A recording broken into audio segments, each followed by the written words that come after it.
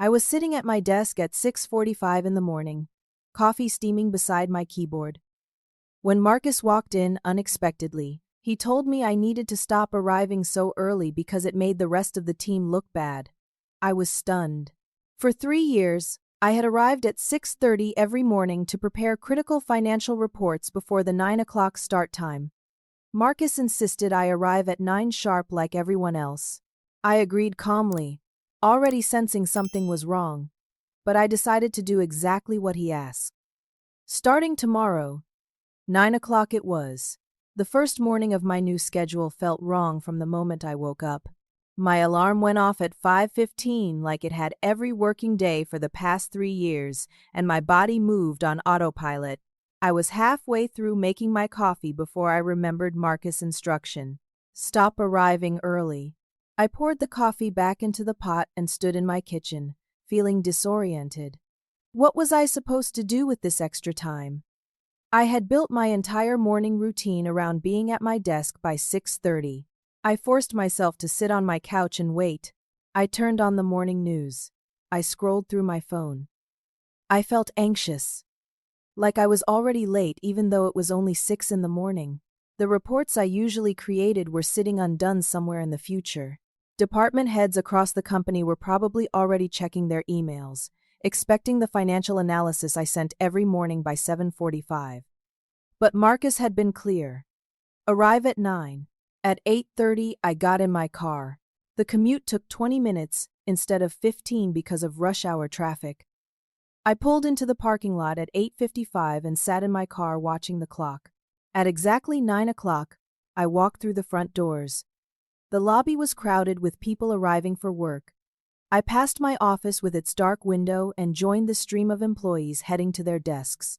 Jessica looked up as I approached my cubicle. Her eyebrows rose. "Ellen? You're just getting here." "Good morning," I said, setting down my bag.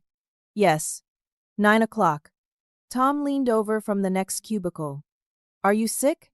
"You're never here this late." "I'm not late," I said calmly. "I'm on time." Amy rolled past on her desk chair. "This is weird. It's like seeing a ghost. A daytime ghost." I smiled but didn't explain. I sat down, logged into my computer, and opened my email. My inbox exploded with messages. 17 emails from various department heads, all with subject lines marked urgent. 3 increasingly frantic messages from Sarah, our regional vice president. I scrolled through them slowly. Where are the morning reports? From the sales director. Need the financial analysis. As soon as possible from operations. Risk assessment numbers required for 8:30 meeting from the finance team. I took a sip of the coffee I had brought from home and began replying to each email with the same calm message. I now arrive at 9 as instructed by my supervisor. Reports will be completed during business hours. Within 10 minutes of sending those responses, Marcus appeared at my desk. His face was red, his tie slightly crooked. He was breathing hard like he had been running. "Where are the reports?" he demanded. I looked up at him. "Good morning, Marcus. I'm working on them now. They were supposed to be ready an hour ago. I arrived at 9, as you instructed yesterday. I'm completing them now during business hours." His mouth opened and closed. Several coworkers had turned to watch. "Obviously, you still need to do the reports." "Of course," I agreed. "I'm doing them right now. But you told me to arrive at 9 like everyone else. So I'm not sure when you expected me to complete reports that are needed by 8:30. Marcus' jaw tightened. "Well, discuss this later." He turned and walked quickly toward the executive conference area. I returned to my work. The reports that usually took me from 6:30 to 7:45 to complete were complex. Market analysis, overnight data synthesis, trend projections, risk assessments. I had developed the process over 3 years, refining it until I could produce comprehensive financial intelligence before most people arrived at work. Now I was starting them at 9:15. By 10:30, I had completed the first report. I sent it to Marcus for distribution. By 11, the second was done. By noon, I had finished the basic set that usually went out at 7:45. They were now 4 hours late. At lunch, Jessica sat down next to me in the break room. "What's going on?" she asked quietly. "Marcus told me to stop arriving early." So I stopped. But those morning reports are critical. Half the executive team starts their day with your analysis. I paused with my sandwich halfway to my mouth. "My analysis." Jessica looked confused. "The reports you make every morning. Everyone knows they're essential. Everyone knows I make them." "Well, I know because I sit near you. I see you working on them. But yeah, the executives talk about how valuable they are. Do the executives know I make them?" Jessica's expression shifted. "I assumed they did. Don't they?" I took a bite of my sandwich and didn't answer. But something was crystallizing in my mind. That afternoon, Tom stopped by my desk. "Marcus has been in the executive conference room all morning," he whispered. I walked past and heard him talking to Sarah about a technical glitch with the reporting system. "A technical glitch," I repeated. "Yeah." He told her the automated system that generates the morning reports had a malfunction. "Automated system." Tom looked at me carefully. "Ellen, those reports aren't automated, are they?" "No, Tom. I write every single one by hand. I analyze the data, create the projections, and write the summaries. Every morning for 3 years." His eyes widened. "Does Marcus know that?" "Marcus receives them from me every morning at 7:45. Then he forwards them to the executive team." Tom's face changed as he understood. "He forwards them under his name. I don't know what name he uses," I said carefully. "I send them to him. What he does with them after that is his business." But I was already opening my email archive. I spent the next hour going through 3 years of sent messages. Every morning, I had emailed my completed reports to Marcus. I searched for any replies or acknowledgments. There were none. I had assumed he was just busy. Then I searched for my reports in the company's shared drive where official documents were stored. I found them. Hundreds of morning reports, all uploaded by Marcus. I opened one and checked the properties. The creator was listed as me, Ellen Whitmore, but the file name and the email distribution list showed only Marcus' name. I opened another report at random from 6 months ago. In the email thread, I could see Marcus had forwarded my analysis to the chief operating officer with the subject line, "My morning risk assessment for Q2 projections." My morning risk assessment. My analysis. Except it wasn't his morning, and it wasn't his assessment. It was mine. I sat back in my chair as the full picture came into focus. For 3 years, I had arrived at 6:30 every morning. I had pulled overnight market data, analyzed trends, created financial models, written summaries, and delivered complete intelligence reports to Marcus. He had then sent those reports to executives under his own name. The executives thought Marcus was arriving early and producing brilliant analysis before anyone else was in the office. They had no idea I existed. That explained why Marcus wanted me to stop arriving early. It wasn't about making others look bad. It was about protecting his lie. As long as I was invisible in the early morning hours, he could keep taking credit for my work. But if other people started arriving early and saw me working, someone might ask questions. I looked at the clock. It was 4:30. I had 6 more reports to complete that were normally done before anyone arrived. I stayed until 7 o'clock that night, finishing the work that I usually completed before breakfast. When I finally left, my office was dark and the parking lot was nearly empty. I drove home with my hands tight on the steering wheel. 3 years. 3 years of 6:30 mornings. 3 years of careful analysis. 3 years of work that had vanished into someone else's reputation.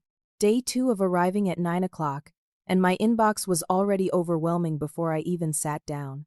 53 new emails had arrived overnight, and in the early morning hours, 12 were from Sarah, each marked with increasing urgency. I scrolled through them while my computer finished loading. Financial analysis needed immediately. Where are the supply chain numbers? Risk assessment required before 10 o'clock call with investors. The emails weren't just from Sarah anymore. The sales team had a client presentation at 8 and were missing the market projections. Operations needed supply chain analysis that normally helped them plan their daily logistics.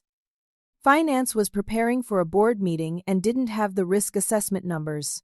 My morning reports had become woven into the fabric of how the entire company started each day. Without them, everything was delayed. I began my methodical responses. I arrive at 9 as instructed. I'm working on these reports now during business hours. Amy rolled past on her chair again. You're causing chaos, you know?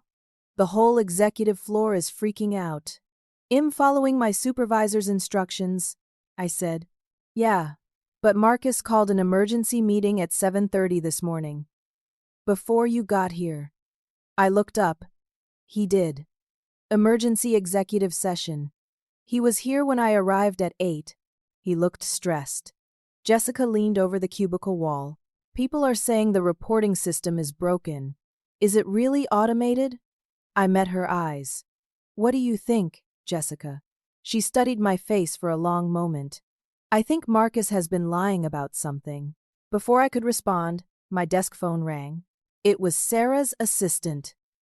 Sarah needs to see you in her office immediately. I saved my work and walked to the executive floor. My heart was pounding, but I kept my expression calm. Sarah's office had floor-to-ceiling windows overlooking the city. She was standing when I entered, her arms crossed. Ellen, sit down, please. I sat. I need to understand what's happening with the morning reports. The morning reports are being completed during my work hours, which begin at 9 o'clock. Sarah's expression was confused. I was told you assist with data compilation for the reports. I paused, choosing my words carefully. Who told you that? Marcus. He said you help gather data, but that he does the analysis and produces the reports. I see. I folded my hands in my lap. What else did Marcus tell you about the reports? Sarah sat down behind her desk. Has been producing those reports for 3 years. They're excellent. I use them for board presentations. The CEO references them in investor calls. They've become essential to our strategic planning. Marcus has been producing them, I repeated slowly. Yes. He arrives very early, usually before 6, and completes them before the business day starts. It's one of the reasons he's received 2 promotions in 3 years. His dedication and analytical skills are exceptional. I felt a strange calm settle over me. Sarah, can I ask you a direct question? Of course. Have you ever seen Marcus in the office before 8 in the morning? She paused. I arrive at 8. Has always already here with the reports completed. But have you actually seen him arrive before 8? Have you passed his office at 6:30 or 7 and seen him working? Sarah's eyes narrowed. What are you suggesting? I'm not suggesting anything. I'm clarifying the situation so we can resolve the missing reports issue. Then clarify. I took a breath. I arrive at the office at 6:30 every morning. I have done so for 3 years. I spend the time from 6:30 to 7:45 pulling overnight market data, analyzing trends, creating financial models, writing risk assessments, and producing complete intelligence reports. At 7:45, I email those completed reports to Marcus. What happens to them after that? I can't say, but I create them. Sarah's face had gone very still. You create them? Yes. Not Marcus. I send them to Marcus every morning. Completed. Ready for distribution. Why would he tell me he creates them? That's a question for Marcus. Sarah picked up her phone. Patricia, I need Marcus and Ellen in the large conference room in 30 minutes. And call David from HR. We need him there too. When I returned to my desk, Jessica and Tom were waiting. What happened? Jessica whispered. Sarah wants a meeting with Marcus, me, and HR. Tom's eyes went wide. This is really happening. What's really happening? I asked. Whatever you're doing, Tom said quietly. Keep doing it. The 30 minutes felt like 3 hours. When I walked into the conference room, Marcus was already there with Sarah and 2 HR representatives I recognized. Patricia and David. Patricia was the senior HR director, which meant this was serious. We all sat down. Sarah began. We need to understand the morning report situation. There seems to be some confusion about roles and responsibilities. Marcus jumped in immediately. I think there's been a misunderstanding about the collaborative nature of our work. Ellen compiles data, which is valuable. But I analyze that data and transform it into the strategic reports that leadership uses. I said nothing. I had learned that silence was powerful. Patricia looked at me. Ellen, what is your understanding of your role? I arrive at 6:30 each morning. I pull overnight market data from our financial systems and external sources. I analyze that data using statistical models and trend analysis. I create projections based on that analysis. I assess risks and opportunities. I write comprehensive reports synthesizing all of that information. I complete this process by 7:45 and email the finished reports to Marcus for distribution. Finished reports, David said. Not data compilation, complete reports, ready to send to executives. Marcus' face was reddening. That's not accurate. The reports require significant additional work. I opened my laptop. May I show you something? Sarah nodded. I pulled up my email and showed them a report I had sent to Marcus at 7:43 that morning, before I left for work. Then I pulled up the company's shared drive and showed them the same report, uploaded by Marcus at 8:21 with no changes to the content. I opened the document properties showing I was the creator. This is one example, I said. I can show you hundreds more. Patricia and David exchanged a look. Sarah's expression had hardened. Marcus shifted in his seat. The process is more complex than it appears. There's strategic thinking involved in how the reports are framed and distributed. Strategic thinking in changing the sender name from Ellen to Marcus? Sarah asked coldly. It's about presenting a unified departmental voice. I spoke carefully.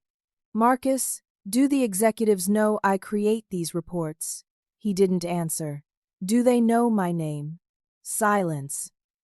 When you forward my reports to them, do you mention that I wrote them? The reports represent the department, Marcus said. Not individuals. I turned to Sarah.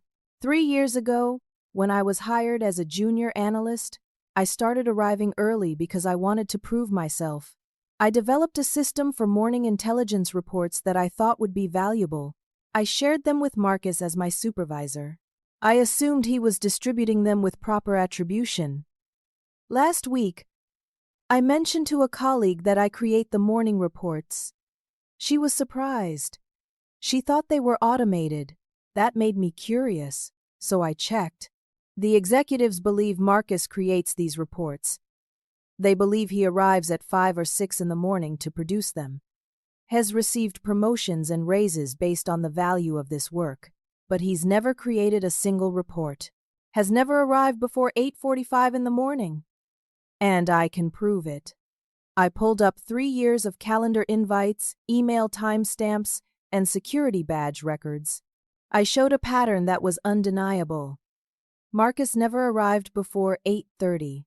My reports were always sent by 7:45. His forwards to executives always happened after 8:30. Patricia took notes. David's expression was grim. Sarah looked like she was recalculating 3 years of performance reviews in her head. This is a serious allegation, Patricia said. It's a factual statement, I replied. The documentation is clear. Marcus stood up. I don't have to sit here and listen to this. Yes, you do, David said quietly. Sit down, Marcus. The meeting lasted another 40 minutes. Marcus tried several different explanations, each one contradicting the last. I remained calm, presenting facts and letting the documentation speak for itself. By the end, Marcus was pale and sweating. Sarah had barely spoken for the last 20 minutes. Finally, Patricia said, "Well, need to investigate this thoroughly. Marcus, Ellen, please return to your desks. Well, be in touch." I walked back to my cubicle, feeling strangely numb. Jessica and Tom were pretending to work but clearly waiting. "How did it go?" Tom asked. I told the truth. "Well, see what happens." But before I could sit down, my phone rang. It was Patricia. "Ellen, I have a quick question. You mentioned that you thought your reports were being shared with attribution. Did Marcus ever explicitly tell you he was giving you credit?" I just assumed. I was naive. "Did Marcus ever tell you not to mention the reports to anyone?" I thought back. Yes. About a year ago, someone from finance asked me a question about a projection in one of the morning reports. I started to answer, and Marcus interrupted. Later, he told me that executive communications should flow through him as department head, and that I shouldn't discuss the reports with other departments directly. "He told you not to talk about your own work." He framed it as proper chain of command. I see. Thank you, Ellen. After she hung up, I sat at my desk and tried to work, but my mind was spinning. What had I just started? I had simply followed Marcus' instruction to arrive at 9, and in doing so, I had revealed 3 years of lies. I arrived at 9 o'clock on day 3, and Marcus' office was dark. His door was closed. People were whispering in clusters around the coffee machine. I logged in and immediately received a calendar invite. Morning report process review scheduled for 2 o'clock. Attendees: Sarah, Marcus, Patricia, David, Gregory Sullivan from Legal, and me. Legal. This was escalating. I spent my lunch hour pulling every piece of documentation I could find. Every email I had ever sent Marcus with reports attached. Every forwarded message I could locate in the company's shared drive. Every timestamp. Every piece of metadata. I created a folder with 3 years of evidence, organized by date. At 2 o'clock, I walked into the conference room carrying my laptop. Marcus was already seated, his tie perfect, his expression carefully neutral. Sarah sat at the head of the table, looking tired. Patricia and David flanked her, and Gregory, the company's senior legal counsel, sat with a legal pad covered in notes. Sarah opened the meeting. "We need to understand the morning report situation completely. We've spent the last 24 hours reviewing email records and documentation. Gregory has some questions." Gregory looked at Marcus. "Can you describe your typical morning routine? What time you arrive? What you do?" Marcus cleared his throat. "I arrive around 8:30, sometimes earlier if I have meetings. I review overnight developments. Check in with my team. Handle administrative responsibilities. Do you create the morning financial intelligence reports? I oversee their creation as department head." "That's not what I asked. Do you personally create them?" "It's a collaborative process. Yes or no, Marcus? Do you personally create the reports that go out under your name each morning?" Silence. "The reports are created within my department," Marcus finally said. "By Ellen. Ellen contributes. Ellen creates them. You forward them. Is that accurate?" Marcus' jaw tightened. "The departmental workflow is more nuanced than that." Gregory turned to me. "Ellen, walk me through a typical morning." I described my routine in detail. The 6:30 arrival. The data pulls from multiple financial systems. The analysis process. The writing. The formatting. The completion by 7:45. The email to Marcus. "And what happens after you send the reports to Marcus?" "I don't know. I assume he distributes them." "Have you ever received feedback on the reports from executives?" "No. All communication goes through Marcus." "Have you ever been invited to meetings where the reports are discussed?" "No." Have you ever been thanked or acknowledged for creating them? No. Gregory made notes. Then, he pulled up his laptop and turned it around to show the screen. It was an email chain from 6 months ago. Marcus had forwarded one of my reports to the CEO with the subject line, "Early morning analysis shows opportunity in emerging markets." "Is this your report, Ellen?" I scanned it. Yes. I sent that to Marcus at 7:36 in the morning. And Marcus sent it to the CEO at 8:53, 57 minutes after he arrived at work according to security logs, with this message. "I've been tracking this overnight. Recommend we move quickly." I stared at the email. I had been tracking it overnight. Marcus had been asleep. Gregory showed another email. And another. A pattern of Marcus taking my analysis, adding a sentence, positioning himself as the creator, and forwarding it to executives. One email to the COO said, "My morning operational review suggests we have capacity issues developing." My operational review. My analysis. My work. Sarah's voice was tight. "How long has this been happening?" "Based on email records, 3 years," Gregory said. "Since Ellen started." Patricia spoke up. "We interviewed Ellen's coworkers this morning. Jessica confirmed she's seen Ellen working on these reports for years. Tom mentioned something interesting. He said Marcus told him to stop arriving early about a year ago." Everyone looked at Tom, who wasn't in the room, Patricia continued. "Tom used to come in early to prepare weekly operational summaries. Marcus told him it wasn't necessary, that Marcus would handle it. The operational summaries continued to be produced and distributed under Marcus' name."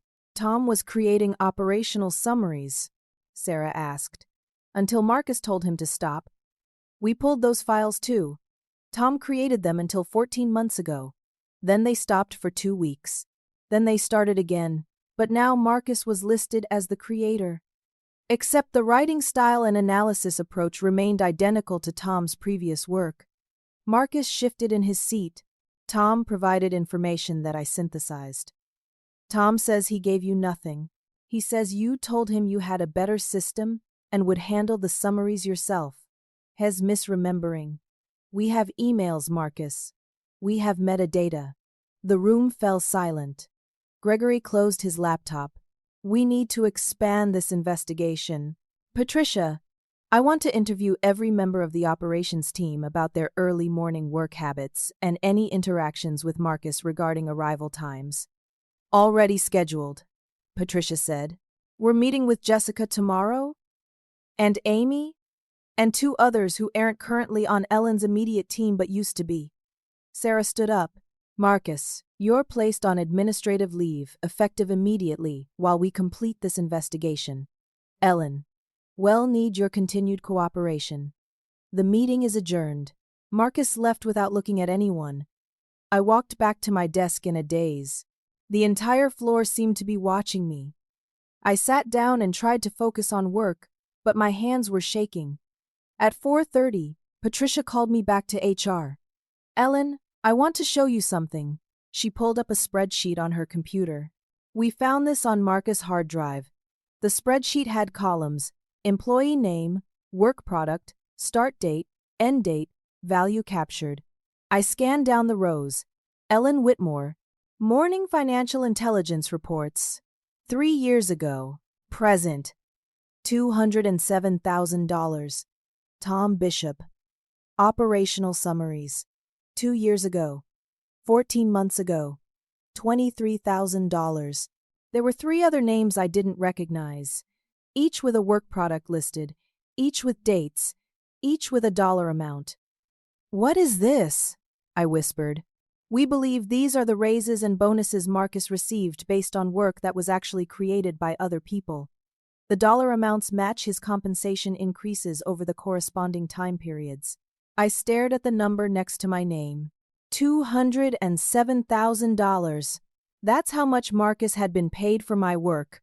"There's more," Patricia said. She pulled up another document. It was an email Marcus had sent to himself, from his work account to his personal email.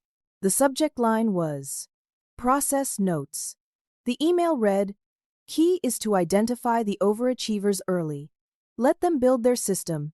Extract the process. Then shut down their visibility before anyone makes the connection. Pride keeps them quiet. They think working harder will get them noticed, but if no one knows they're doing the work, they're invisible." Perfect setup. I felt sick. This wasn't opportunistic theft. This was a calculated system. Marcus had been hunting for hardworking employees, learning their processes, stealing their work, and then isolating them to prevent discovery. "How many people?" I asked. "We've identified 5 so far, including you. 2 have left the company. We're reaching out to them." "What happens now?" "The investigation continues. Gregory is determining if this rises to the level of criminal fraud. In the meantime, you're protected. If Marcus attempts to contact you, document it and inform us immediately. Do not respond to him directly." I drove home that evening feeling like I was watching my life from outside my body. I had just wanted to do good work. I had wanted to arrive early and prove myself and build a career. I hadn't realized I was prey in someone else's predatory system. That night, I barely slept. I kept thinking about that spreadsheet. 5 people. 5 careers damaged or stalled. 5 people who worked hard and got nothing while Marcus collected promotions and bonuses for their labor. At 2 in the morning, I got up and wrote an email to Patricia. "I want to know the names of the other 4 people. I want to talk to them." She responded at 6 in the morning. "I'll arrange it." Day 4. I arrived at 9 o'clock, still following Marcus' instruction even though he was on administrative leave. The office felt different. People kept looking at me and then quickly looking away. I heard whispers as I walked past. The story was spreading. I sat down at my desk and found an envelope waiting for me. Inside was a handwritten note. "Thank you for having the courage to speak up. You're not alone."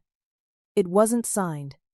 At 9:30, Patricia called me to a conference room. Jessica was already there, along with Tom, and 3 people I didn't know well: Brian, Stephanie, and Amy. Patricia closed the door. "I've asked you all here because the investigation has revealed a pattern. Each of you has been affected by Marcus' behavior. Ellen, you know most of the story. But I want everyone to hear from each other." Jessica spoke first. 2 years ago, I started coming in at 7 to work on client portfolio analyses. They were detailed reviews of our biggest accounts. I'd send them to Marcus by 8. After about 4 months, he told me I was making other people look bad by arriving so early and that I should come in at 9 like everyone else. I thought he was looking out for team morale, so I stopped. The portfolio analyses kept going out, but I never did them again. I figured he reassigned them. Tom went next. I did operational efficiency summaries. I'd arrive at 6:45 and spend 90 minutes analyzing our supply chain and production workflows. Marcus told me he had a better system, and I didn't need to do them anymore. I felt relieved, honestly. It was a lot of work. But then I'd see the summaries still going to the COO, and they sounded exactly like mine. I asked Marcus about it once, and he said he had incorporated my methodology into his process. I believed him. Brian, who I knew had left the company last year, said, "I created market trend analyses, early morning deep dives into competitor activity and market movements. I did them for 8 months before Marcus told me to stop arriving early. He said the company was implementing new policies about work hours. 2 months later, I left because I felt undervalued. No one seemed to notice my contributions. Now I know why. I wasn't getting credit for my own work." Stephanie worked in a different department now. I did risk assessments for new client contracts, really detailed analysis of potential pitfalls. I'd have them done by 7:30 every morning. Marcus told me the work was appreciated, but I should do it during normal hours. I tried, but there wasn't time with my regular workload, so the risk assessments stopped. Except, they didn't really stop. Marcus kept producing them. I thought he had someone else doing them. I had no idea he was just repackaging my old work. Amy, who sat near me, was the quietest. I organized the morning data pulls. I built the systems that collected overnight information from all our sources. But first, we need to document everything. Each of you will meet individually with Gregory to provide detailed statements. Your work was stolen. You deserve recognition and potentially compensation. After the meeting, the 5 of us stood in the hallway. We had been strangers in the same building, all victims of the same predator. We should stay in touch, Jessica said. We're connected now. Brian gave me his number. Thank you for not letting it go. I left here feeling like a failure. Now I understand what really happened. Over the next 3 days, I watched the investigation expand. Gregory interviewed department heads about decisions they had made based on reports they thought Marcus created. The CEO was pulled into meetings. The board was briefed. The company's legal liability grew with each revelation. On day 7, I received an email from an attorney named Philip Crawford representing Marcus. The email demanded that I retract false statements and cease defamation. It accused me of damaging Marcus' reputation and threatened legal action. I forwarded it to Gregory immediately. He called me within 5 minutes. This is a gift, Gregory said. A gift? In being threatened. Marcus' attorney just created evidence that Marcus is actively hostile to a witness in an internal investigation. This strengthens your whistleblower protections and demonstrates consciousness of guilt. Any jury would see this for what it is: intimidation. Should I respond? Absolutely not. Let me handle it. That afternoon, Gregory sent a response to Philip Crawford outlining my protected status, documenting Marcus' fraud, and noting that further intimidation attempts would result in additional legal consequences. The response was cold, factual, and devastating. Marcus' lawyer never contacted me again. On day 8, Patricia called me to her office. We've completed the forensic analysis of Marcus' computer and email records. I need to show you something. She pulled up a spreadsheet. It was more detailed than the first one I had seen. This version had additional columns: neutralization strategy, risk level, and status. Next to my name under neutralization strategy, it said, direct instruction to modify schedule. Subject compliant and non-confrontational. Low risk. Next to Tom's name, offer to take over workload. Present as efficiency improvement. Subject grateful for reduced hours. Low risk. Next to Brian's name, cite fake policy changes. Subject left company before making connections. Resolved. He was tracking us like targets. I said, yes. And there's more. Patricia pulled up another folder. We found emails between Marcus and his personal account. He was documenting his system. She showed me an email Marcus had sent to himself. The key is identifying people who define themselves by their work. They arrive early because they need to prove something. Once they've established a valuable routine, extract the process completely. Then redirect them away from visibility. Their own work ethic keeps them quiet. They think if they just work harder, someone will notice. But if you control the attribution, they're invisible. Perfect system. I felt cold reading his analysis. He had understood my psychology and weaponized it against me. There's one more thing, Patricia said quietly. We found records of Marcus discussing this strategy with at least 2 other managers in different departments. We're investigating whether this is a wider problem. Other managers are doing this. We don't know yet, but Marcus definitely shared his methodology. I left Patricia's office feeling like the scope of this kept expanding. What I thought was one person's fraud was potentially a systematic problem. That evening, I received an email from Marcus' personal account. It wasn't threatening this time. The subject line was, "You won." The email read, "Ellen, you ruined my career, but I did this to myself. I knew it was wrong from the start. I told myself everyone does it, that it was just office politics. that the work mattered more than who got credit. I watched you arrive every morning and I envied your dedication. Instead of learning from you, I used you. I don't expect forgiveness. But you should know that you didn't just expose me. You changed how this whole company thinks about credit and recognition. People are actually looking at who does the work now. That's because of you. I hope that means something. I read it 3 times. I felt no satisfaction in his admission, only a tired sadness.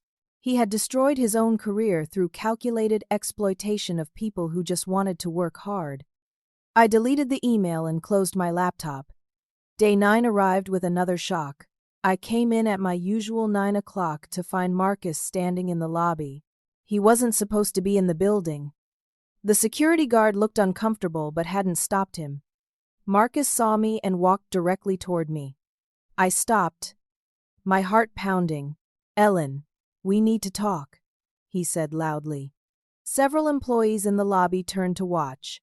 "Marcus, you're on administrative leave. You shouldn't be here. I'm trying to help you understand. You're making this worse than it needs to be. Please step back." He moved closer instead. "I made this department successful. I brought in revenue. I managed difficult clients. The morning reports were just one small piece of a much larger operation. You're destroying something good because you're focused on details that don't matter." Jessica appeared at my side. "Marcus, leave her alone. Tom joined us. You need to go." Marcus' expression hardened. "You're all turning on me based on one person's misunderstanding. Ellen, these accusations are going to hurt your career more than mine. I've been here 8 years. People trust me." "Who are you?" "I'm the person who did the work you took credit for," I said, my voice shaking but clear. "And I'm not alone." Amy stepped forward from the crowd that was gathering. "You told me to stop arriving early too. You said you cared about my health." Brian, who had come in for his meeting with Gregory, joined us. "You stole my work, and I left this company thinking I wasn't good enough." Marcus looked around at the circle of people. His face went red. "You're all being manipulated. Ellen is bitter about not getting promoted and she's turned you against me." Security finally reached us. 2 guards. "Sir, you need to leave the building. I'm just trying to talk to my team." "They're not your team anymore. Please, come with us." As Marcus was escorted out, he turned back. "Ellen, this isn't over. You're making a huge mistake." I stood in the lobby, shaking. Jessica put her arm around me. "Are you okay? I need to sit down." We went to my desk. Tom brought me water. Amy pulled her chair over. "That was terrifying. He was trying to intimidate you in front of witnesses," Jessica said. "That's incredibly stupid." Patricia appeared within minutes. "Ellen, I heard what happened. I'm so sorry. Marcus violated the terms of his leave. Has now banned from the property. Security has his photo at every entrance. He said this isn't over. It is over for him. But I need you to document everything he said. Gregory will want it for the file." I spent the next hour writing down every word I could remember. The casual dismissal of his fraud as details that don't matter. The veiled threats about hurting my career. The attempt to turn my coworkers against me. At lunch, I went to the bathroom and cried. Not dramatic sobbing, just quiet tears of exhaustion and violation. I had tried to do the right thing by simply following instructions, and now I was being publicly confronted and threatened. "Jessica found me there. He's trying to break you. Don't let him. I just wanted to do good work. That's all I ever wanted." "And you did. That's why he targeted you. You were too good, too dedicated, too valuable. He saw that and decided to exploit it instead of support it." I wiped my eyes. How do people like him exist? How do they justify it? I don't know. But you stopped him. That matters. That afternoon, Patricia called me to HR again. "Ellen, I have to ask you a difficult question. Can you continue working here with all this happening? If you need to take leave, well, support that." I thought about it. If I leave, Marcus wins. He wanted me invisible. I'm not going to disappear now. Okay. But I want you to know that the company is prepared to make changes. Gregory is recommending significant policy reforms around attribution, credit, and recognition. The CEO is taking this seriously. What about Marcus? What happens to him legally? Gregory is still evaluating. The witness intimidation this morning strengthens the case. Combined with the financial impact of his fraud, there may be criminal charges. At minimum, he'll never work in this industry again. That doesn't feel like enough. I know, but sometimes justice is incomplete. The system isn't designed to fully compensate for this kind of harm. I returned to my desk feeling drained. I tried to work on reports but couldn't focus. At 4:30, my desk phone rang. It was an unfamiliar number. Hello? Ellen Whitmore. A woman's voice. Yes. My name is Detective Sarah Martinez. I'm with the Financial Crimes Unit. We'd like to speak with you about Marcus Hale. My heart jumped. The police. Your company's legal counsel filed a report. We're investigating whether Mr. Hale's actions constitute criminal fraud. Would you be willing to meet with us? Yes. When? Tomorrow morning, if possible. We're moving quickly on this. I agreed to meet at 9 the next morning at the police station. After I hung up, I sat very still. This had moved beyond internal company discipline. Marcus was potentially facing criminal charges. That evening, I called my sister. I hadn't told her much about what was happening. I might have to testify against my former boss in a criminal trial. I said. What? Ellen, what happened? I told her everything. The early mornings, the stolen work, the spreadsheet, the threats. By the end, she was silent. You're not safe, she finally said. I'm protected. The company is taking it seriously. A man's career is ending because of you. He's desperate. Desperate people do dangerous things. He ended his own career. I just stopped being invisible. Promise me you'll be careful. I promised, but her words stayed with me. Marcus had lost everything. His job, his reputation, potentially his freedom. And in his mind, I was responsible. That night, I barely slept. I kept thinking about his face in the lobby.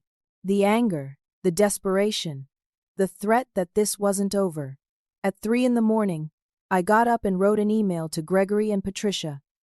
I'm worried about my safety. Marcus knows where I work, has shown he's willing to violate restrictions to confront me. What protections do I have? Gregory responded at 6. Meet me in my office when you arrive. We're addressing this. Day 10. I met with Detectives Martinez and Cooper at the police station. They were professional, thorough, and surprisingly sympathetic. I walked them through everything. The 3 years of reports, the metadata, the spreadsheet, the other victims, the threats. Detective Martinez took detailed notes. The dollar amount involved pushes this toward felony territory. Fraud over $50,000 is a Class C felony in this state. Based on your documentation, Mr. Hale profited by over $200,000 from your work alone. What does that mean? If we can prove intent, which the spreadsheet and emails suggest we can, he's looking at potential prison time. Not certain, but possible. At minimum, significant fines and restitution. Restitution to who? To the victims of his fraud. You, Tom, the others. The court can order him to pay back the money he obtained through false pretenses. Detective Cooper added, the witness intimidation yesterday is a separate charge. That alone carries penalties. Combined with the fraud. This is a serious case. After 2 hours, I left the police station feeling strange.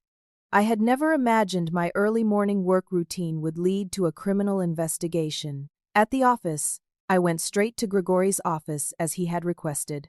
He was meeting with 2 people I didn't recognize. Ellen, this is Janet from our corporate security team, and Paul, a private security consultant. We're implementing additional protections. Janet explained, We're escorting you to and from your car. We've increased security presence on your floor. We've flagged your name in our access system so security is immediately alerted if anyone asks about you. And we're installing additional cameras around your work area. Is this necessary? Paul spoke. Marcus violated his leave terms to confront you publicly. That shows poor impulse control and escalating desperation. We're taking precautions. At noon, Sarah requested a meeting with me in her office. When I arrived, CEO Richard Chen was there, along with COO Linda Walsh. Richard stood to shake my hand. Ellen, we owe you an apology. We promoted Marcus based on work he stole from you and others. We gave him credibility that he used to exploit more people. That's on us. You didn't know, I said. We should have asked better questions. Who creates this analysis? Where does it come from? We were lazy in our leadership. We took the easy path of trusting a charismatic manager instead of verifying the source of excellent work. Linda spoke next. We want to know what you need from us, Ellen. How do we make this right? I had been thinking about this question for days. I want recognition for the work I've done. I want the other 4 people recognized too. I want policies that prevent this from happening again. And I want assurance that speaking up won't harm my career. All granted, Richard said immediately. Effective today. You're promoted to Senior Operations Analyst with a significant salary increase. We're preparing individual compensation packages for Tom, Jessica, Brian, Stephanie, and Amy. We're implementing new attribution policies across the company. And you have my personal commitment that your courage in exposing this will be seen as a strength, not a liability. I felt tears threatening. Thank you. We should be thanking you, Linda said. You could have quit quietly. Many people would have. Instead, you exposed a systematic problem that was damaging our culture and our people. That afternoon, I moved into my new office. It had a window, a real desk instead of a cubicle, a door I could close. Jessica, Tom, and Amy helped me move my things. Senior Operations Analyst, Tom said. You deserve it. We all deserve better than we got, I replied. But you're the one who made it happen, Jessica said. You're the one who didn't let it go. At 4 o'clock, Gregory called me. Marcus' attorney called. They're offering a settlement. Marcus will resign permanently. Acknowledge the findings in writing. Repay $60,000 in bonuses obtained through fraud. And agree never to disparage the company or any employees. In exchange, we won't pursue criminal charges for the fraud. What about the witness intimidation? That's a separate issue with the police. We can't control their prosecution decisions, but this settlement resolves the civil matters. What do you recommend? I think we take it. Trials are expensive and uncertain. This gets you immediate restitution and ensures Marcus is held accountable. But it's your decision. You're the primary victim. I thought about months of legal proceedings. Marcus' lawyer attacking my credibility. The stress and publicity. I want it over. I said. I accept the settlement. I'll draw up the paperwork. That evening, as I was leaving my new office, I found an envelope on my desk. Inside was a letter from Marcus' personal email. Printed out. The last communication I would ever receive from him. Ellen. You win. I'm signing the settlement tomorrow. I'll acknowledge what I did, I'll pay the money, and I'll disappear from your life. But I want you to know something. And I mean this sincerely. You didn't just expose one fraud. You changed this whole company. People are asking questions now. Who does this work? Where does it come from? Managers can't hide behind stolen excellence anymore. That's because of you. I hope that gives you some satisfaction, because it should. I destroyed myself, but you built something better from the wreckage. I was good at stealing. You're good at creating. That's the difference between us. That's why you'll succeed and I'll spend the rest of my career explaining why I was fired for fraud. I don't expect forgiveness. I don't deserve it. But I wanted you to know that in destroying me, you saved a lot of people who would have been my future victims. So, thank you, I guess, for stopping me before I did more damage. You're better than me. You always were. That's why I stole your work instead of creating my own. Good luck, Ellen. You won't need it. You're talented enough on your own. I read the letter twice, and then put it in my desk drawer. It wasn't an apology.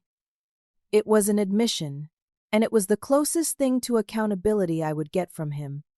I locked my office, walked to my car with my security escort, and drove home.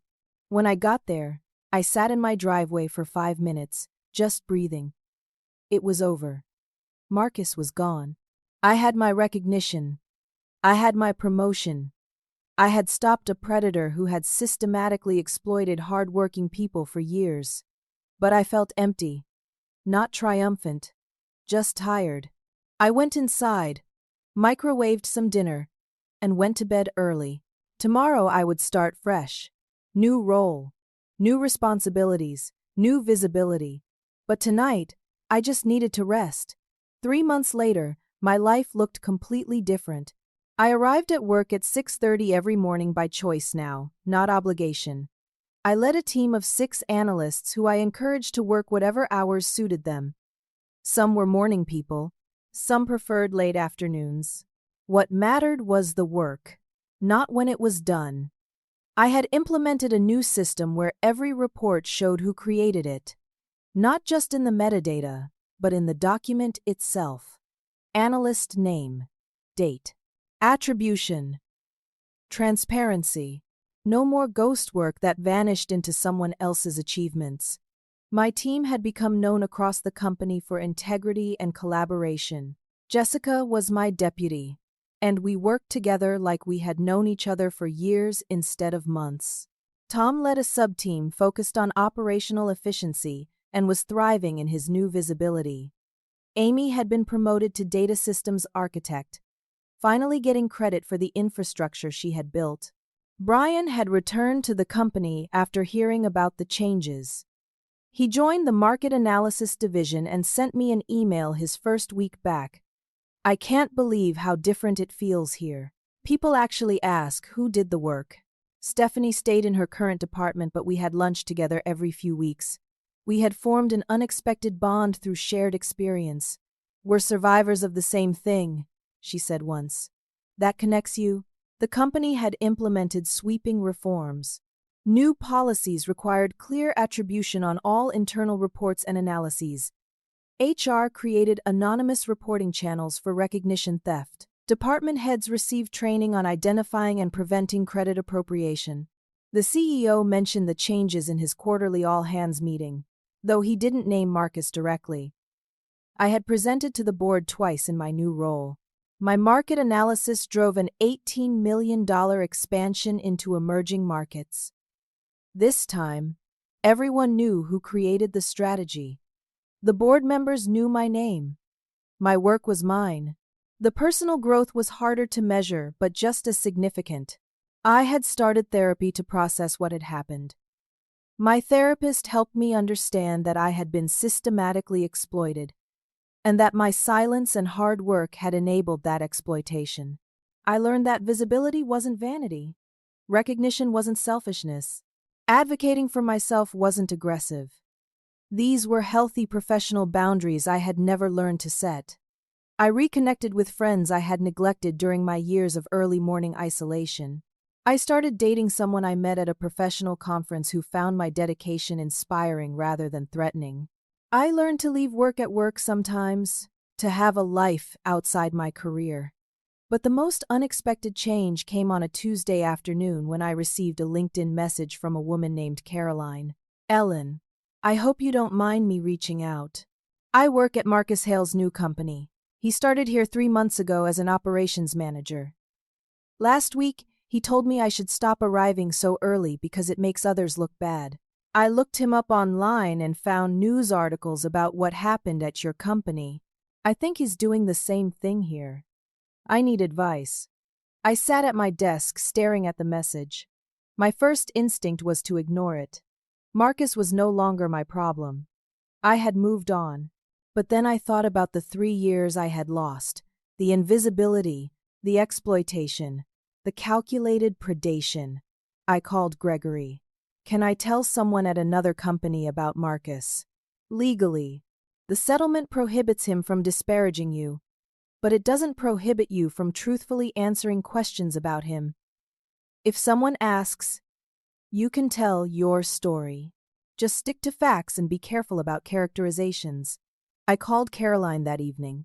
We spoke for over an hour. I told her everything. The morning reports, the stolen credit, the spreadsheet, the systematic exploitation. I told her how I had documented everything. How I had stayed calm. How I had let the evidence speak for itself. Start documenting now, I advised. Save every email. Track every timestamp. Create your own record. If he's doing what he did to me, the pattern will show up. Thank you, Caroline said. I was starting to think I was crazy. You're not crazy. You're being targeted. But now you know, and you can protect yourself. 2 months later, Caroline emailed me again. Marcus was fired. We found the same spreadsheet on his computer. He was tracking 4 people in our office, including me. HR contacted your company for records. Your documentation helped our case. Thank you for warning me. I felt a deep satisfaction reading that message. Marcus hadn't changed. He had simply found new victims. But this time, they were ready. This time, he lasted 5 months instead of 8 years. 6 months after my promotion, I was invited to speak at a regional conference for financial professionals. The topic was workplace integrity. I was nervous. Public speaking had never been comfortable for me. But I agreed. Standing before 200 people, I told my story. The early mornings, the stolen work, the malicious compliance that exposed everything, the investigation, the reforms. For 3 years, I arrived at 6:30 every morning because I thought hard work was enough, I said to the quiet room. I thought if I was excellent, someone would notice. I was wrong. Excellence without visibility is just free labor for someone else's career. I saw people nodding, taking notes, leaning forward. But visibility without integrity is hollow. The lesson isn't to work less or to play politics. The lesson is to work with purpose and to demand recognition for that work, not because you need validation, but because silence enables exploitation. I told them about the moment Marcus instructed me to stop arriving early. I didn't argue. I didn't explain. I just said, "You're right," and did exactly what he asked.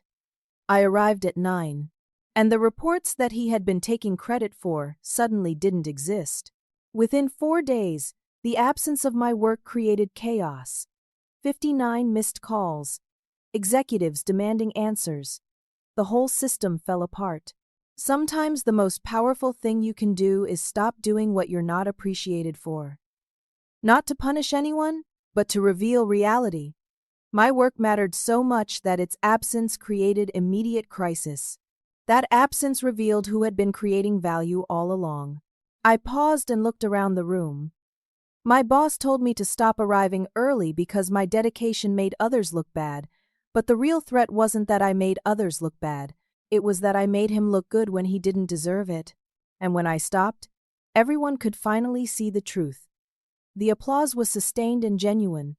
Afterward, 7 people approached me privately with similar stories: stolen credit, exploited dedication, systematic invisibility.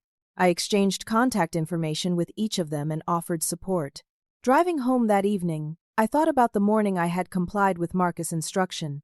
I had said "you're right" with complete sincerity and started arriving at 9 o'clock.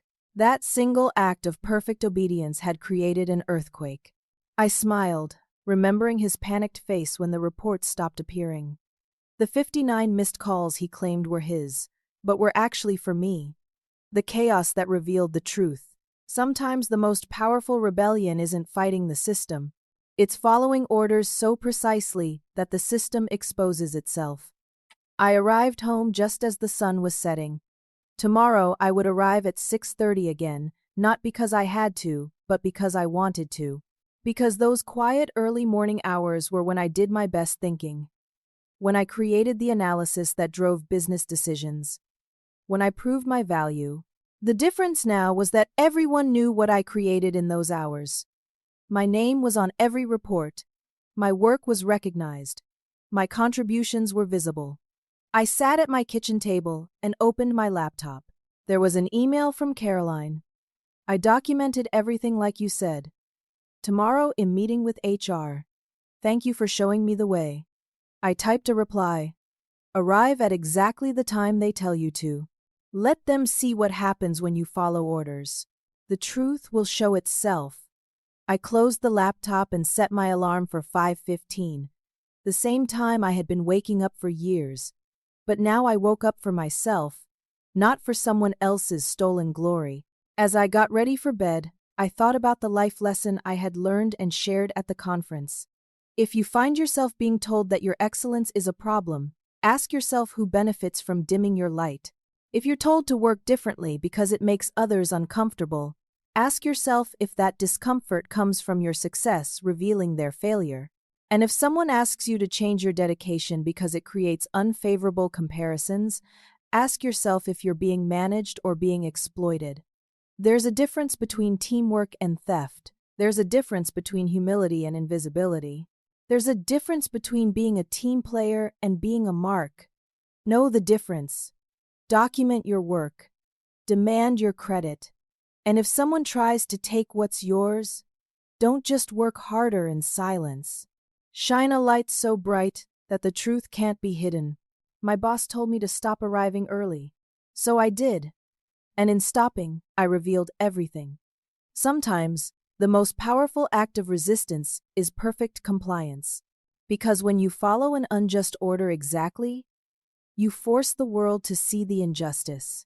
I learned that my value doesn't depend on someone else acknowledging it.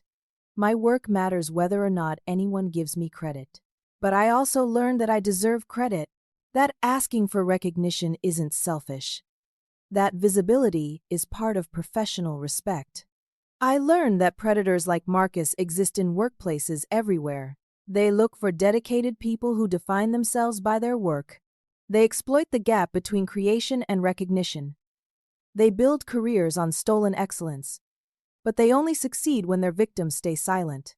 I learned that speaking up is terrifying.